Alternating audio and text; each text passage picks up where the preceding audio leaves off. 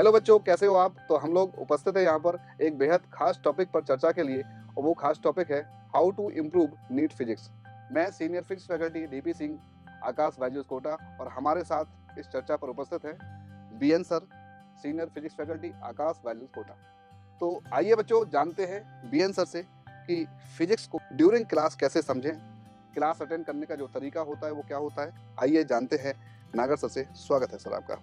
Baby sir, बच्चों को जो क्लास अटेंड करना है उसका सबसे जो सही तरीका है कि पूरे साल के दौरान जैसे बच्चों का एडमिशन होता है, बच्चों को जो क्लास में पढ़ाया जाता है, जो होमवर्क दिया जाता है, उसको बिल्कुल सिस्टमेटिक तरीके से चलाना है। रोज़ होमवर्क में 15 से 20 क्वेश्चन दिए जाते हैं। 20 क्वेश्चंस को रोज़ सॉल्व करना है और उसके जो भी डाउट्स आते हैं उन डाउट को डेली डाउट काउंटर पे या टीचर्स भी जब भी अवेलेबिलिटी होती है टीचर से डिस्कस करना है। अगर बच्चा पूरा फेथ रख के ऑनेस्टी से अगर वो जो वर्क दिया जाता है अगर उसको सिस्टमेटिक सॉल्व करता है और डेली क्लास अटेंड करता है तो बहुत ही बढ़िया परफॉर्म कर सकता है। अच्छा सर, आपने दो बातें बताई, वो बहुत ही ज़्यादा बेनिफिशियल है। इसमें मैं एक बात और जोड़ना चाहूँगा कि जब आप क्लास कर रहे हैं तो क्लास के दौरान आपको ये मानना है कि पूरे क्लासरूम में सिर्फ आप हैं और आपका टीचर, और आपका जो कनेक्ट है वो टीचर के साथ बहुत प्रॉपर होना चाहिए। मतलब टीचर के द्वारा समझाई जाने वाली हर एक चीज को अपने अंदर उतारना होता है। बिल्कुल। यदि आपका फोकस, जैसा कि आपने बताया, बहुत अच्छा है तो 90% चीजें वही ही सॉल्व हो जाती हैं, बहुत ज्यादा प्रॉब्लम नहीं बचती है। और आपने लास्ट में बता ही दिया कि जब आप टीचर की बताई हुई बातों पर फोकस रहते हैं और उनको समझते हैं, घर जाके प्रैक्टिस करते हैं, तो आपका परफॉर्मेंस सुधरता जाता है। तो सर, कुछ और बातें जो बच्चों के लिए फिजिक्स में हम लोग ऐड कर सकते हैं?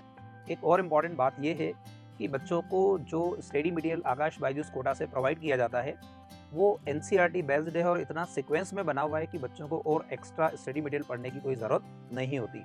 अगर वो उसकी बार बार सिस्टमेटिक प्रैक्टिस करता है और उसके जो भी डाउट्स उसको क्लियर करते हुए चलता है तो पूरे सेशन के दौरान अगर उसकी क्लास मिसिंग नहीं हो, मतलब कोशिश करे बच्चा कि उसकी कोई क्लास मिस नहीं होगी। क्लास मिस करने से भी वो सारी चीज़ें छूट जाती है। तो रेगुलर क्लास करें, रेगुलर होमवर्क करें और जो अपने डाउट्स है उनको डिस्कस करते हुए चले तो वो बहुत ही बढ़िया परफॉर्म कर सकता है। एक चीज़ और कहना चाहूँगा मैं, बच्चों को खुद पे विश्वास रखना है, दूसरों से कंपेयर नहीं करना है और अपने खुद के पोटेंशियल को विजुलाइज करके उस पोटेंशियल को आगे बढ़ाना है, तो बच्चा अच्छा परफॉर्म करके फिजिक्स में आगे बढ़ेगा।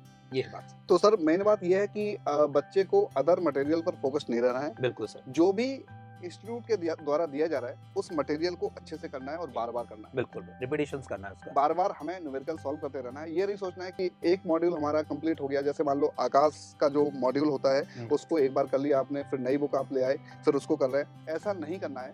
सर का कहने का मतलब ये है, बार बार उसी मॉड्यूल को करना है, उन्हीं क्वेश्चंस को बार बार करना है, जिससे कि कॉन्सेप्ट आपके दिमाग में उतर जाए और फिर वो कॉन्सेप्ट इस तरीके से आपकी आदत में आ जाए, कभी भी उस कॉन्सेप्ट पर आधारित सवाल आप करें तो फटाफट आप सवाल को कर लो। बिल्कुल सर, मेरी तरफ से एक और पॉइंट है जो फिजिक्स को इंटरेस्टिंग बना सकता है। क्या सर? प्रैक्टिस के दौरान एक पॉइंट बहुत इंपॉर्टेंट है। जब भी आप क्वेश्चन पढ़ो तो बहुत ध्यान से पढ़ो, उसमें गिवन क्या क्या है। जब भी क्वेश्चन आप करो तो ये पॉइंट जरूर ध्यान रखना, बहुत बेनिफिशियल पॉइंट है। गिवन क्या क्या है, दूसरा क्या फाइंड करना है, और जो फाइंड करना है वो किस फॉर्मूले में। बिल्कुल बिल्कुल फॉर्मूला पे फोकस रहना। अगर आप इन चीजों का ध्यान रखेंगे तो क्वेश्चन को आसानी से हिट कर पाएंगे। साथ ही साथ कभी कभी ऐसा होता है कि मल्टी कॉन्सेप्ट्स यूज होते हैं, ठीक है, तो उन पर भी विचार कर लेना है। डायरेक्ट क्वेश्चन नहीं पूछा जाता है। अभी 3 साल का जो ट्रेंड है, जैसा कि बच्चों ने अभी नीट 2023 का एग्जाम दिया, उससे एक बात निकल के आई कि पिछले 3 सालों से एक ही पैटर्न को फॉलो कर रहा है। बिल्कुल बिल्कुल। और क्वेश्चन जो आ रहे हैं वो क्वेश्चन भी बिल्कुल सिंपल से बिल्कुल कांसेप्ट पे एकदम आ रहे हैं। उसमें मल्टी कॉन्सेप्ट का कोई ज्यादा विशेष रोल नहीं है। सीधे सीधे फॉर्मूला बेस्ड क्वेश्चंस आ रहे हैं, तो बहुत ज्यादा इर्द गिर्द आपको चीजों को पढ़ने की आवश्यकता नहीं है, किसी नई बुक को पढ़ने की आवश्यकता नहीं है। बहुत ही सिंपल एंड क्लियर सर ने बोला है कि जो इंस्टीट्यूट आपको मटेरियल प्रोवाइड करा रहा है उसी को बार बार करते रहना चाहिए। अच्छा सर, आप एनसीईआरटी के बारे में क्या बोलेंगे, और एनसीईआरटी से रिलेटेड जो आकाश का मॉड्यूल है, जो भी मटेरियल है, उसके बारे में आपकी क्या राय है? आकाश बायजूस का जो स्टडी मटेरियल है वो पूरा एनसीईआरटी बेस्ड है और अपन को एनसीईआरटी के जितने भी पॉइंट्स हैं वो एनसीईआरटी मैप में अलग से दिए हुए हैं और हम लोग क्लास में बच्चों को ये चीज़ें डिस्कस भी कराते हैं। बच्चा क्लास के साथ एनसीईआरटी भी पढ़ सकता है, लेकिन उसका मैक्सिमम चीज़ें मॉड्यूल में है और वो हम क्लास में भी रखते हैं। अच्छा सर, एक पॉइंट और आता है, जैसे बच्चे, कई सारे बच्चे हमारे पास आते हैं, आपके पास भी आते हैं बिल्कुल सर। कि क्लास में तो हमें सब कुछ क्लियर है, फिर हम घर पे बैठ के प्रैक्टिस करते हैं तो क्वेश्चंस नहीं बनते हैं। इसमें कोई 1-2 पॉइंट आपके दिमाग में आते हैं कि बिल्कुल क्या सर। हो सकता है? बच्चे क्या करते हैं कि सर जैसे भी क्लास में कोई टॉपिक पढ़ाया गया और उस टॉपिक से रिलेटेड जो भी क्वेश्चंस होमवर्क दिए गए, तो बच्चे क्या करते हैं घर जाके सिर्फ थ्योरी पढ़कर और क्लास नोट्स पढ़ के वहीं रुक जाते हैं। उनको क्या करना चाहिए, जो क्लास में पढ़ाए गए क्वेश्चन से उन क्वेश्चन को पहले सॉल्व करें, उसके जैसे क्वेश्चन जो मॉड्यूल में दिए गए उन क्वेश्चंस को सॉल्व करें और उनके जो डाउट्स आते हैं वो डाउट्स को फैकल्टी के साथ डिस्कस करना चाहिए।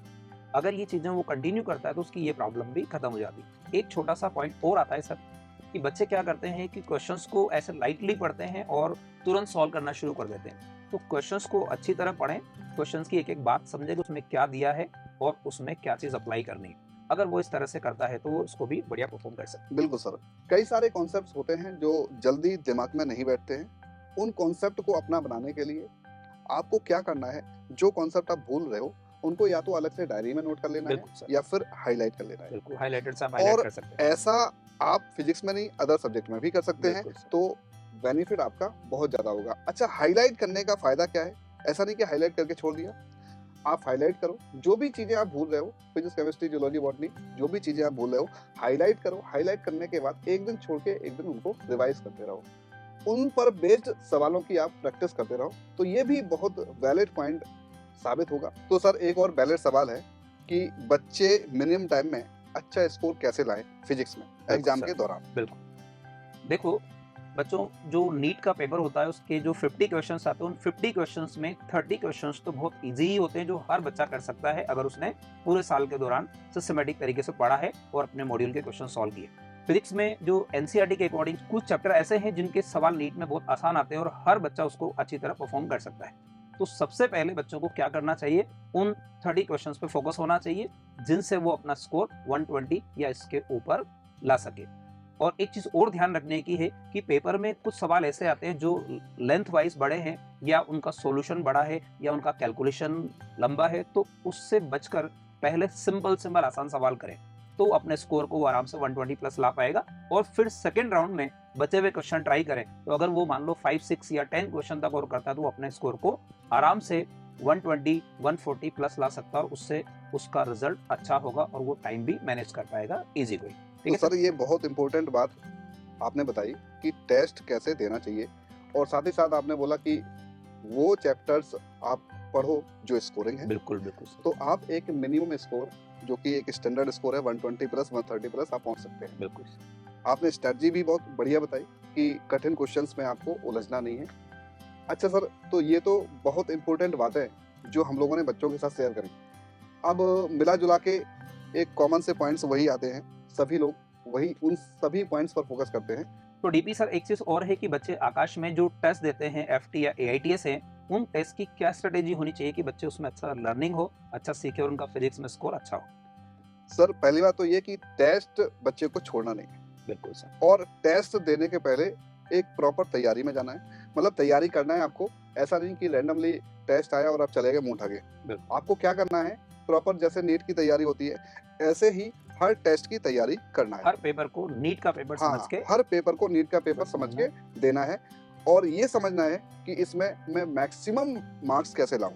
बिल्कुल। उन मैक्सिमम मार्क्स के लिए आपको मेरे बताए हुए जो पॉइंट्स हैं उन पर फोकस रहना है। तो सर, हमारे यहाँ 2 पैटर्न हैं टेस्ट में जो कि बहुत पॉपुलर है हर जगह। एक तो एफटी और एक एआईटीएस।